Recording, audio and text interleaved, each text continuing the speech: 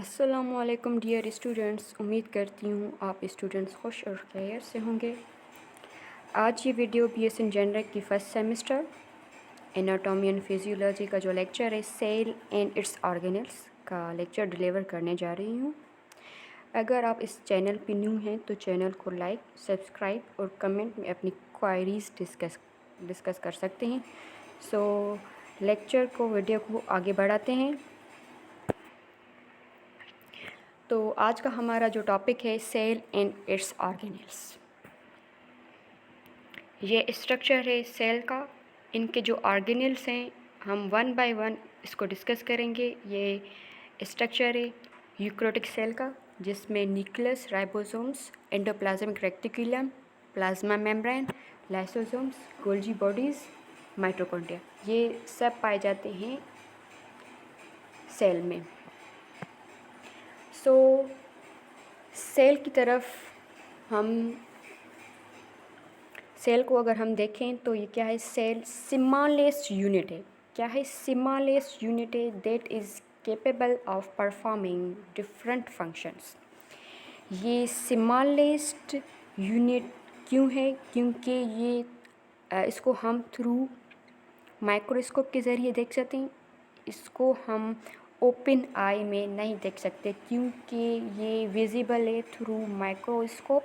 और ये जो सेल है परफॉर्म करती है different function at different organs. अगर हम लंग्स की बात करें तो ये इनके फंक्शंस अलग हैं। अगर हम कार्डिक सेल्स की बात करें तो कार्डिक में इन सेल्स की इनका अलग रोल है। अगर हम नर्वस सिस्टम की बात करें तो इसमें जो न्यूरॉन सेल्स हैं इनका डिफरेंट फंक्शन है। अगर हम मस्कुलर सिस्टम में जाएं तो स्केलेटल सेल्स हैं, इनका डिफरेंट फंक्शन है। Means each cell having different function in different organ. इसलिए ये क्या है, स्मॉलेस्ट यूनिट है। क्या है? Smallest unit. अब हम सेल को कह सकते हैं कि ये बेसिक यूनिट है, बेसिक यूनिट ऑफ ह्यूमन या लिविंग ऑर्गेनिज्म। क्या है? बेसिक यूनिट है। Basic unit of life is known as cell. उसके अलावा अगर हम सेल की थ्योरी को देखें 1839 में शिवॉन एंड शेल्डन, इन दोनों साइंटिस्ट ने, इन थ्योरिस्ट ने कहा था कि ये लिविंग ऑर्गेनिज्म क्या है, मेड अप ऑफ सेल। जो भी लिविंग ऑर्गेनिज्म है सेल से बनी हुई हैं। और इसके अलावा दूसरा साइंटिस्ट है 1889 में रडोल्फ वर्गो ने कहा कि ये जो सेल्स हैं प्री एग्जिस्टिंग सेल्स में से आते हैं। ड्यूरिंग सेल डिवीज़न की अगर हम बात करें, अगर हम सेल डिवीज़न की बात करें, ये क्या है, सेल है। इसमें से अगर सेल डिवीज़न होगी तो इसमें 2 सेल्स हमें अपीयर होंगे। अगर अगेन हम इसको सेल देखें तो ये 2 सेल्स में डिवाइड होगी, अगेन ये 2 सेल में डिवाइड होंगी। तो थ्रू माइटोसिस प्रोसेस ये सेल्स हैं प्री एग्जिस्टिंग सेल्स में से आते हैं। यहाँ से ये सेल है, इस सेल में से अगेन ये प्री एग्जिस्टिंग सेल में से सेल डिवीज़न हो रही है। ये 2 सेल्स हमें मिल गए। अगर हम सेल की साइज़ देखें, हमने क्या कहा था कि थ्रू माइक्रोस्कोप के ज़रिए हम सेल को देख सकते हैं। अगर हम प्लांट सेल की बात करें तो ये क्लोरोप्लास्ट है, इनकी साइज़ क्या है, 2 to 10 माइक्रोमीटर। अगर हम ह्यूमन सेल्स की बात करें तो ये जो रेड ब्लड सेल्स हैं 7 to 8 माइक्रोमीटर इनकी डायामीटर है। अगर हम न्यूरॉन की सेल की बात करें तो 70 माइक्रोमीटर। और ये बैक्टीरियोफेज की क्या है, 225 नैनोमीटर इनकी साइज़ है। अगर HIV एड्स वायरस की बात करें तो 100 नैनोमीटर इनकी साइज़ है। और इसके अलावा पोलियो वायरस है, 30 नैनोमीटर इनकी साइज़ है। ये क्या है, सेल की साइज़ है। क्या है, सेल की साइज़ है।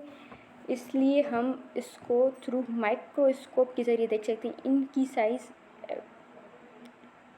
वहाँ पर हमें उनका जो स्ट्रक्चर है वहाँ पे हम विजुलाइज कर सकते हैं। और इसके अलावा सेल के 2 टाइप्स हैं। क्या है, 2 टाइप्स हैं, एक प्रोकैरियोटिक और दूसरा यूकैरियोटिक। अगर हम प्रो की माना देखें तो क्या है, ये फॉल्स। और इसके अलावा अगर यू की हम बात करें तो हम इसको कहेंगे ट्रू। और अगर हम कैरोटिक को देखें तो ये क्या है, न्यूक्लाई या न्यूक्लियस। तो ये सेल क्या करती है, प्रोकैरियोटिक फॉल्स न्यूक्लियस कंटेन करती है, और जो यूकैरियोटिक सेल है वो ट्रू न्यूक्लियस कंटेन करती हैं। जो यूकैरियोटिक सेल हैं ह्यूमन बॉडी में पाए जाते हैं, प्लांट सेल में पाए जाते हैं। अगर हम प्रोकैरियोटिक की बात करें तो ये बैक्टीरिया में पाए जाते हैं। हमने दो चीज़ें डिस्कस की, एक प्रोकैरियोटिक और दूसरा यूकैरियोटिक। अगर हम प्रोकैरियोटिक की बात करें तो डोंट हैव स्ट्रक्चर्स, इनको स्ट्रक्चर्स नहीं है, surrounded by membrane. Few internal structures हैं जैसे कि फ्लैजेलिया, राइबोसोम्स, कैप्सूल्स, न्यूक्लियोटाइड और वन सेल्ड ऑर्गेनिज्म जिसको हम बैक्टीरिया कहते हैं। उसके अलावा अगर हम यूकैरियोटिक की बात करें, ट्रू न्यूक्लाई की बात करें तो कंटेन करती है ऑर्गेनेल्स जैसे कि cytoskeletal, nucleus, cilia, ribosomes, Golgi apparatus, endoplasmic reticulum, peroxisomes, lysosomes, cell wall. ये क्या है, यूकैरियोटिक सेल से। मोस्ट लिविंग ऑर्गेनिजम्स इनका जो एग्जांपल है। यहाँ पर हम क्या देखते हैं, डिफरेंस प्रोकैरियोटिक और यूकैरियोटिक सेल्स में से। अगर हम प्रोकैरियोटिक की बात करें तो ये सिंगल मेम्ब्रेन है। यूकैरियोटिक की बात करें तो ये क्या है, बाय लेयर मेम्ब्रेन है। क्या है, बाय लेयर।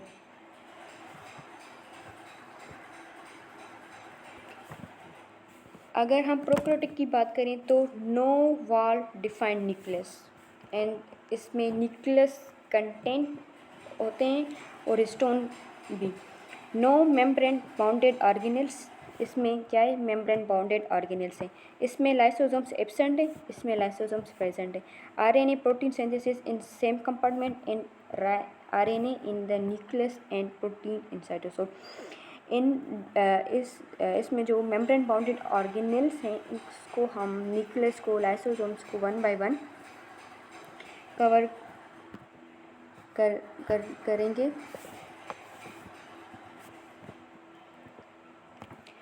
अब हम डिस्कस करने जा रहे हैं सेल की ऑर्गेनेल्स को। क्या, सेल्स की ऑर्गेनेल्स को। जो पहला ऑर्गेनेल है जो है न्यूक्लियस। क्या है, न्यूक्लियस है। न्यूक्लियर एनवलप की हम अगर बात करें तो ये क्या है, डबल लेयर्ड है। क्या है, डबल लेयर्ड मेम्ब्रेन है। अगर न्यूक्लियर पोर्स क्या है, कॉम्प्लेक्स स्ट्रक्चर्स हैं जो कि सराउंड होती हैं न्यूक्लियस को। Chromatin, DNA in the nucleus is coiled into dense mass called chromatin. अगर हम डीएनए का स्ट्रक्चर देखें तो ये क्या है, डबल स्ट्रैंड है। क्या है, डबल स्ट्रैंड। ये डबल स्ट्रैंड क्या है, डेंस मास में कन्वर्ट होती है जिसको हम क्रोमेटिन कहते हैं। डार्कली मीन्स जब कंडेंस होती हैं तो जो इसका जो स्ट्रक्चर है वो डार्क अपीयर होता है विथ सर्टेन डाइज। उसके अलावा अगर हम न्यूक्लियोलस की बात करें तो ये सेकंड डेंस मास एक closely associate with inner nuclear envelope is called nucleolus. इसको हम फर्दर स्ट्रक्चर में क्लियर करेंगे। और इसके अलावा जो न्यूक्लियोप्लाज्म है ये एक फ्लूइड है। Nucleoplasm of nucleus contain various enzyme such as DNA, जो कि डीएनए कंटेन करती हैं। Polymerase such like enzymes and RNA polymerase and mRNA messenger RNA and transversal RNA synthesis होती हैं किसमें, न्यूक्लियोप्लाज्म में। और ये स्ट्रक्चर है न्यूक्लियस का। ये क्या है, न्यूक्लियर पोर्स है जो कि सराउंडेड है nuclear envelope inside in between. और जो डीएनए है वो डेंस स्ट्रक्चर में हमें अपीयर होते हैं इन द फॉर्म ऑफ क्रोमेटिन या क्रोमेटिन नेटवर्क। और ये न्यूक्लियोलस है और ये न्यूक्लियोप्लाज्म है जिसमें polymerase, transferase, mRNA, transfer RNA क्या करते हैं, रन करते हैं, मूव करते हैं। और इसके अलावा अगर हम न्यूक्लियस की फंक्शंस को देखें तो DNA replication and RNA transcription occurs in nucleus. अगर हम DNA रिप्लिकेशन का कॉन्सेप्ट देखें तो DNA क्या करता है, अपनी कॉपीज़ बनाता है, जिसको हम क्या कहते हैं, DNA रिप्लिकेशन में क्या होते हैं, DNA अपनी कॉपीज़ बनाता है, means each parent cell having pairs of DNA before undergoing mitosis. किसमें, माइटोसिस में। अगर हम इस सेल की बात करें तो इसमें क्या है, DNA है। अगर ड्यूरिंग माइटोसिस प्रोसेस तो ये सेल क्या है, इसमें भी सेम कॉपी ऑफ DNA होगा, इसमें भी सेम कॉपी ऑफ DNA होगा, मीन्स DNA रिप्लिकेट किया during mitosis and having pairs of DNA before undergoing mitosis. और इसके अलावा अगर हम ट्रांसफर RNA की बात करें तो ये ट्रांसफ़र करता है अमाइनो एसिड्स को टू द राइबोसोम्स। राइबोसोम्स क्या करती हैं, प्रोटीन को सिंथेसाइज करती हैं, और इसके अलावा जो ट्रांसक्रिप्शन है उसको डिकोड करता है। ये ट्रांसक्रिप्शन फर्स्ट स्टेप है, जो कि एक्सप्रेशन ऑफ जेनेटिक इन्फॉर्मेशन, जो भी जेनेटिक इन्फॉर्मेशन मिलती है थ्रू ट्रांसफर RNA, इनको क्या करता है, डिकोड करता है। इस major metabolic activity of nucleus, ये ट्रांसक्रिप्शन क्या है, मेजर मेटाबॉलिक एक्टिविटी है न्यूक्लियस की। और इसके अलावा अगर हम न्यूक्लियोलस की बात करें तो ये नॉन मेम्ब्रेनियस है, जो कि कंटेन करती है RNA polymerase, RNAs, ATPase and other enzymes but no DNA polymerase. अगर हम न्यूक्लियोलस की बात करें तो ये DNA पॉलीमरेज कंटेन नहीं करती, ये अदर जो एंजाइम्स हैं RNA पॉलीमरेज, RNAs, ATPase वो कंटेन करती है। Nucleolus is the site of synthesis of ribosomal RNA। ये न्यूक्लियोलस क्या करती है, जस्ट सिंथेसाइज करती है राइबोसोमल RNA। और न्यूक्लियोलस क्या है, मेजर साइट वेयर राइबोसोम सब यूनिट्स आर असेंबल्ड, क्या असेंबल्ड होती हैं मेजर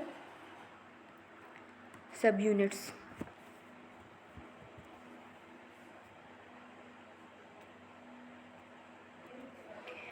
अब हम दूसरे ऑर्गेनल को डिस्कस करने जा रहे हैं, mitochondria. Mitochondria is power house of cell. इसको हम पावर हाउस क्यों कहते हैं, इसको पावर हाउस का टाइटल क्यों दिया गया, पावर हाउस ऑफ सेल का, क्योंकि माइटोकॉन्ड्रिया में DNA पाया जाता है। जिस ऑर्गेनल में DNA हो तो हाफ ऑफ फंक्शंस वो खुद परफॉर्म करता है, इसलिए माइटोकॉन्ड्रिया को हम पावर हाउस ऑफ सेल कहते हैं। क्या कहते हैं, पावर हाउस ऑफ सेल। और अगर हम नंबर की बात करें, the number of mitochondria in a cell varies dramatically. Some algae contains only one mitochondria. अगर हम अलगे की बात करें तो ये वन माइटोकॉन्ड्रिया कंटेन करती हैं, अगर where is protozoans chaos contain 500 billion. अगर हम मेमेलाइन लिवर सेल की बात करें तो ये कंटेन करती है 800 to 2500 माइटोकॉन्ड्रिया। इतनी इसकी क्वांटिटी है, इसकी इतने नंबर्स हैं माइटोकॉन्ड्रिया के मेमेलाइन लिवर सेल में। अगर हम इसकी साइज़ को देखें तो 0.2 to 0.8 माइक्रो। अगर हम इसकी लेंथ को देखें तो 0.5 to 1.0 माइक्रोमीटर इनकी साइज़ है, किसकी, माइटोकॉन्ड्रिया की। अगर हम इसकी शेप की बात करें, the shape of mitochondria is non static, means regular form में इसका शेप नहीं है। Mitochondria assumes many different shapes under different metabolic condition.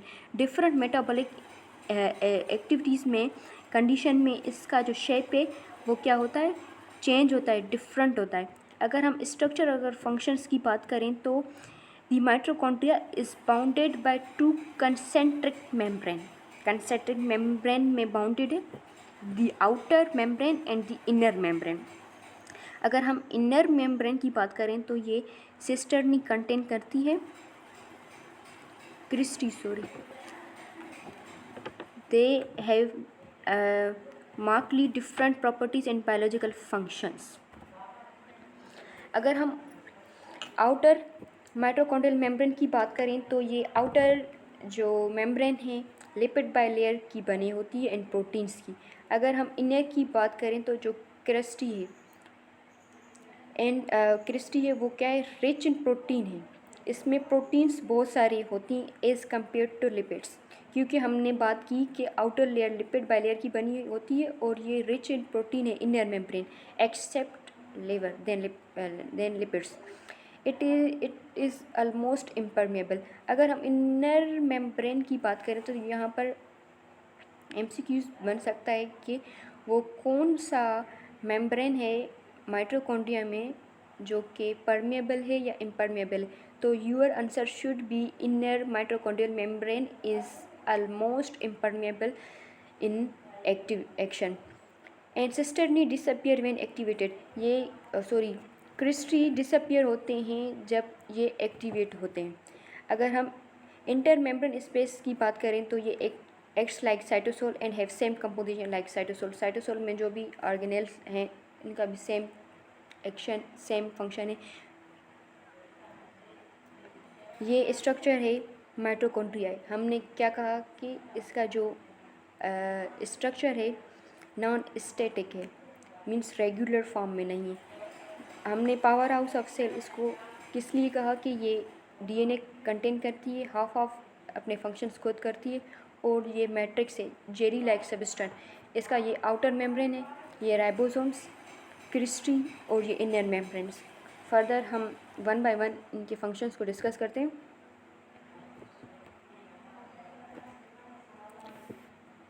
Mitochondrial matrix. अगर हम मैट्रिक्स की बात करें तो the region enclosed by inner membrane is known as mitochondrial matrix. इसको मैट्रिक्स कहते हैं.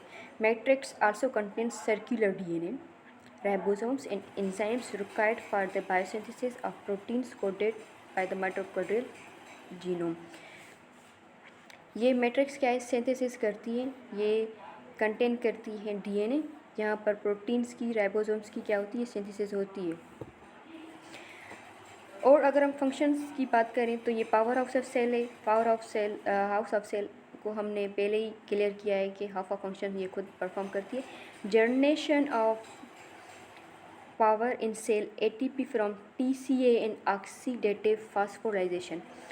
अगर हम इसको देखें TCA एंड ऑक्सीडेटिव फास्फोराइजेशन को देखें तो इसको हम कहेंगे सिट्रिक एसिड साइकिल या क्रेब्स साइकिल. क्या कहेंगे, citric acid cycle and Krebs cycle, जिसमें क्या होते हैं इंजाइमेटिक केमिकल रिएक्शंस होते हैं. इंजाइमेटिक केमिकल रिएक्शंस होते हैं किसमें, TCA एंड ऑक्सीडेटिव फास्फोराइजेशन में. जो इंजाइम्स ऑक्सीडाइज करते हैं कोएंजाइम एसिटाइल कोएंजाइम A को, जो कि ड्राइव्ड होते हैं कार्बोहाइड्रेट्स में से, प्रोटीन एंड लिपिड में से. किस में से ड्राइव्ड होते हैं, कार्बोहाइड्रेट, प्रोटीन एंड लिपिड्स में से, जो कि कन्वर्ट होते हैं इन द फॉर्म ऑफ ATP, जो कि एनर्जी प्रोवाइड करती हैं बॉडी को, और कार्बन डाइऑक्साइड रिलीज़ करते हैं किसमें, TCA and oxidative phosphorylation cycle में, जिसको हम citric acid and Krebs cycle भी कहते हैं. इसका मैं अलग एक लेक्चर बनाऊंगी क्रेब्स साइकिल का. और conservation of NADH and FADH two ATP. अगर हम इन दोनों को देखें NADH, अगर हम NADH की बात करें तो इसका जो फुल फॉर्म है निकोटिनामाइड एडिनाइन डाइन्यूक्लियोटाइड हाइड्रोजन. अगर हम FADH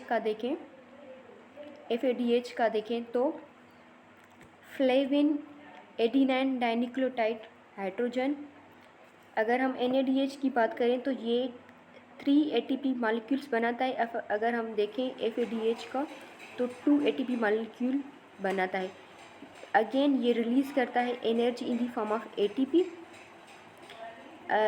इसको हम conservation of NAD and FADH two ATP to release them for contribution in reaction. Again ये क्या करते हैं, रिकन्वर्ट करते हैं, रिकंट्रीब्यूट करते हैं किसको, ATP को. ये इलेक्ट्रॉन ट्रांसपोर्ट चेन है, इसका भी एक मैं लेक्चर अलग बनाऊंगी। और इसके अलावा अगर हम एंडोप्लाज्मिक रेटिकुलम की बात करें, ये मेम्ब्रेन कॉम्प्लेक्स हैं जो कि interconnected by separate organelles. Endoplasmic reticulum की अगर हम बात करें तो ये 2 फॉर्म्स में हमें मिलते हैं, एक रफ एंडोप्लाज्मिक रेटिकुलम में और दूसरा स्मूथ एंडोप्लाज्मिक रेटिकुलम में। अगर हम इसके स्ट्रक्चर्स को देखें तो जैसे ही न्यूक्लियर इनवलप के outer side rough endoplasmic reticulum है, और अगर हम सेल मेम्ब्रेन की बात करें तो वहाँ पर हमें स्मूथ एंडोप्लाज्मिक रेटिकुलम पाए जाते हैं। अगर इसकी शेप को देखें, varying in shape and size and amount, the endoplasmic reticulum extend from the cell membrane, जो कि हमने बात की स्मूथ एंडोप्लाज्मिक रेटिकुलम एक्सटेंड होती है through cell membrane, course the nucleus surround the mitochondria and appears connect directly to the Golgi apparatus. ये क्या है, अपीयर होती हैं या directly to the Golgi apparatus. These membranes and aqueous channels they enclosed are called cisternae. ये enclosed होती हैं, interconnected होती हैं चैनल्स में, जिसको हम सिस्टर्नी कहते हैं, या सिस या ट्रांस चैनल्स में। उसको भी हम फर्दर ऑनवर्ड स्लाइड्स में डिस्कस करेंगे, इसका भी कॉन्सेप्ट हम क्लियर करेंगे। अगर हम 2 टाइप्स की बात कर रहे हैं तो एक है रफ सरफेस एंडोप्लाज्मिक रेटिकुलम और दूसरा स्मूथ सरफेस एंडोप्लाज्मिक रेटिकुलम। यहाँ पर एमसीक्यू बन सकता है, तो differentiate between rough endoplasmic reticulum and smooth endoplasmic reticulum. तो रफ में just contain ribosomes, only contains, near nucleus contains ribosome. ये क्या है, रफ एंडोप्लाज्मिक रेटिकुलम का फंक्शन है, जो कि कंटेन करती है ribosome. Smooth endoplasmic reticulum contain नहीं करती राइबोसोम्स, जस्ट कंटेन्स लिपिड्स।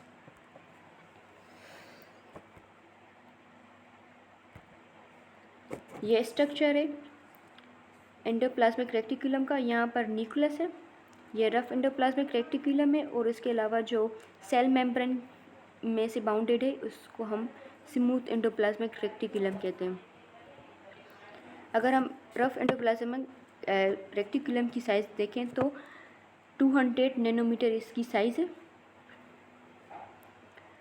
ये अगर हम इसको जूम करके देखें थ्रू माइक्रोस्कोप तो इसमें रफ एंडोप्लाज्मिक में हमें फ्री राइबोसोम्स भी मिलेंगे, बाउंडेड राइबोसोम्स भी मिलेंगे रफ एंडोप्लाज्मिक रेटिकुलम में।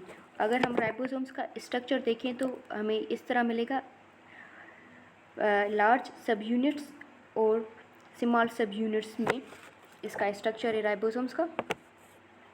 अगर हम फंक्शंस की बात करें एंडोप्लाज्मिक रेटिकुलम की, पहले रफ की हम क्लियर करते हैं फंक्शंस। ये सिंथेसाइज करती है membranes, lipids and secretary proteins. These proteins are inserted through the ER membrane into lumen of cisternae where they are modified and transported through the cell। ये वहाँ पर ल्यूमेन भी है, एंडोप्लाज्मिक रेटिकुलम इंटू ल्यूमेन, ये protein से inserted होती हैं endoplasmic reticulum into lumen में।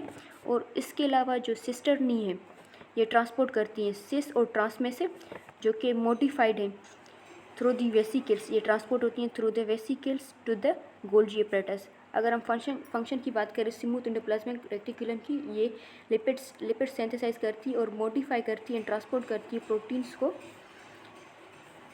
अगर हम साइटोक्रोम, यहाँ पर नोट है cytochrome P450 is present in endoplasmic reticulum in liver. ये साइटोक्रोम जस्ट लिवर में मौजूद है। और ये क्या है, गोल्जी कॉम्प्लेक्स। गोल्जी कॉम्प्लेक्स को हम गोल्जी एपरेटस भी कहते हैं, आल्सो कॉल्ड डिक्टोसोम्स। क्या कहते हैं, डिक्टोसोम्स भी कहते हैं इसको। Unique stack of smooth surfaced compartment, cisternae that make up Golgi complexes. Cisternae क्या बनाते हैं, गोल्जी कॉम्प्लेक्सेस बनाते हैं। The endoplasmic reticulum, the ER is usually closely associated with Golgi complexes. Golgi complex में से क्या है, एसोसिएटेड है। Which content flattened fluid filled Golgi cells, क्या है, फिल्ड है गोल्जी सेल्स में से। The Golgi complex has proximal end cis compartment and medical compartment और डिस्टल या ट्रांस कंपार्टमेंट। अगर हम गोल्जी की बात करें, प्रॉक्सिमल की अगर हम बात करें तो हम इसको सिस कंपार्टमेंट कहेंगे। सिस कंपार्टमेंट मीन्स नियर टू। अगर हम डिस्टल की बात करें तो ट्रांस मीन्स अवे फ्रॉम। और उसके अलावा नेक्स्ट लास्ट पैराग्राफ को पढ़ते हैं। इट इज़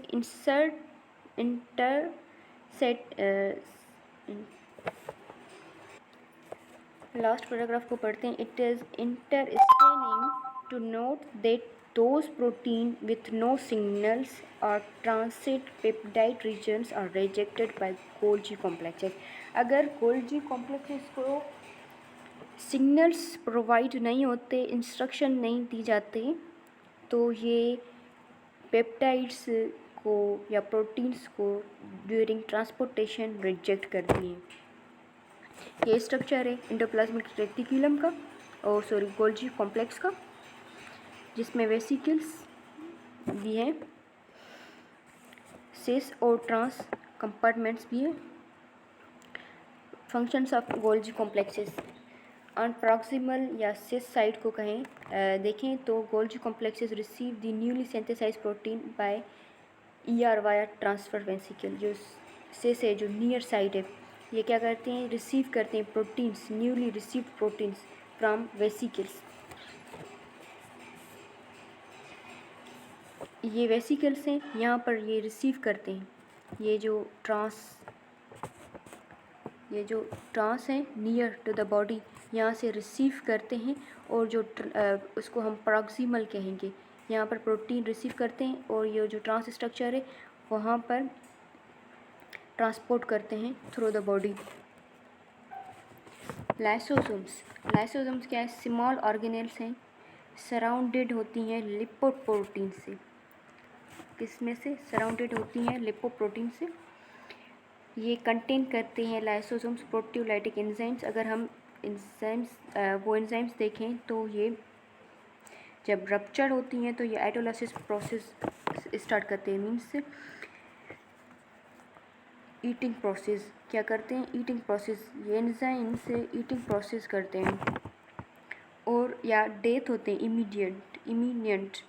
अगर हम उस एंजाइम्स की बात करें तो कौन कौन सी एंजाइम्स लाइसोसोम में मौजूद हैं, proteolytic, nucleic acid, lipid hydrolysing enzymes, carbohydrate splitting enzymes, other enzymes. अगर कोलाजिनेस इलास्टेज एंजाइम, ये क्या है, प्रोटियोलाइटिक एंजाइम्स है। न्यूक्लिक एसिड है, हाइड्रोलाइजिंग एंजाइम्स की बात करें तो राइबोन्यूक्लियस है। और लिपिड हाइड्रोलाइजिंग एंजाइम्स की बात करें तो फैटी एसाइल एस्ट्रेस एंजाइम्स है। कार्बोहाइड्रेट स्प्लिटिंग एंजाइम्स के बाद अल्फा ग्लाइकोसाइड्स एंजाइम्स है।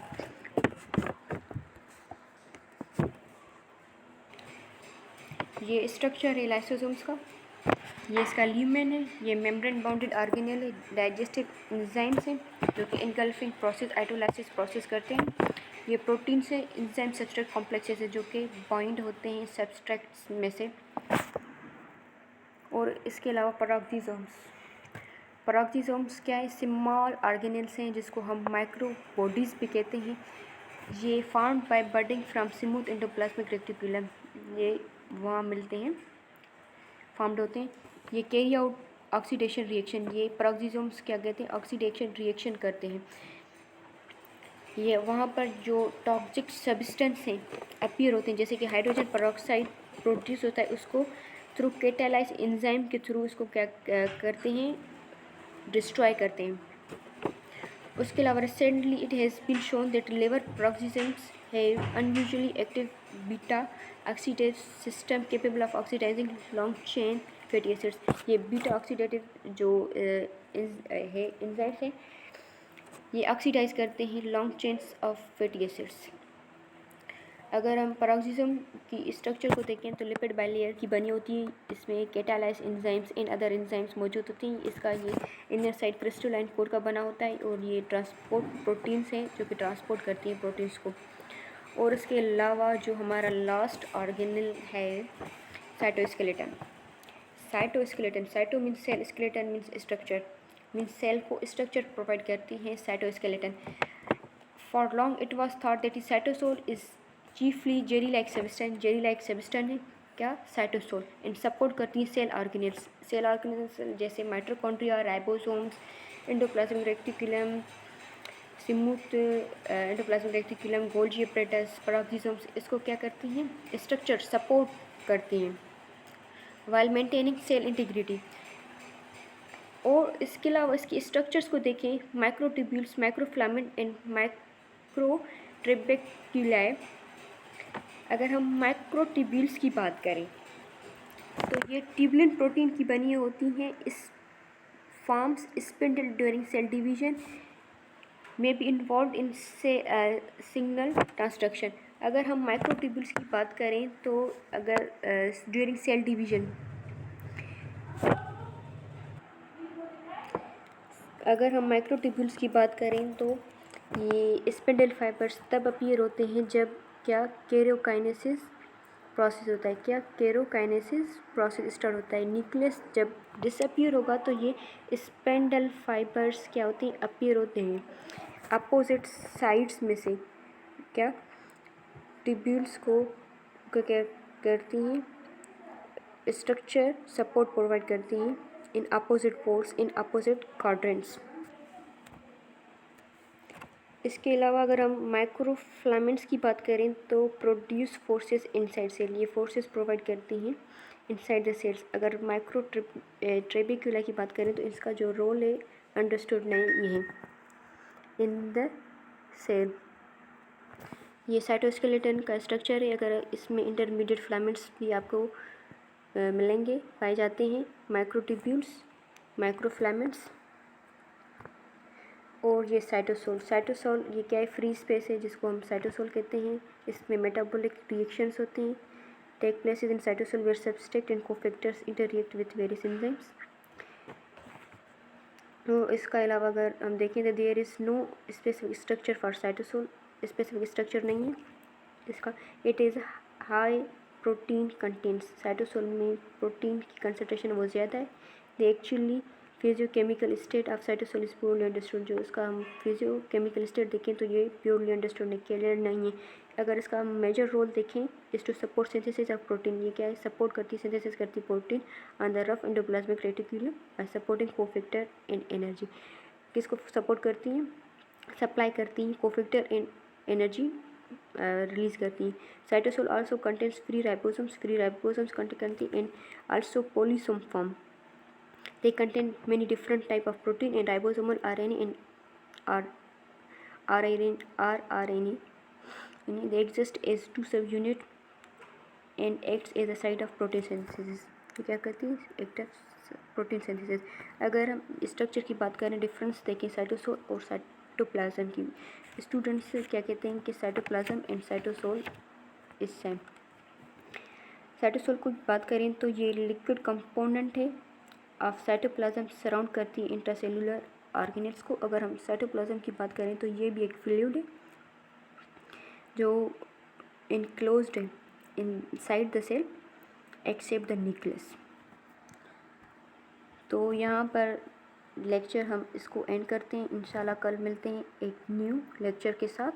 तब तक के लिए अल्लाह हाफ़िज़। Thank you for your attention. अगर आपको कोई भी क्वेरीज़ वगैरह आएँ तो आप कमेंट कर सकते हैं। इंशाल्लाह मैं आपकी के प्रॉब्लम्स को थ्रू कमेंट्स डिस्कस करूँगी।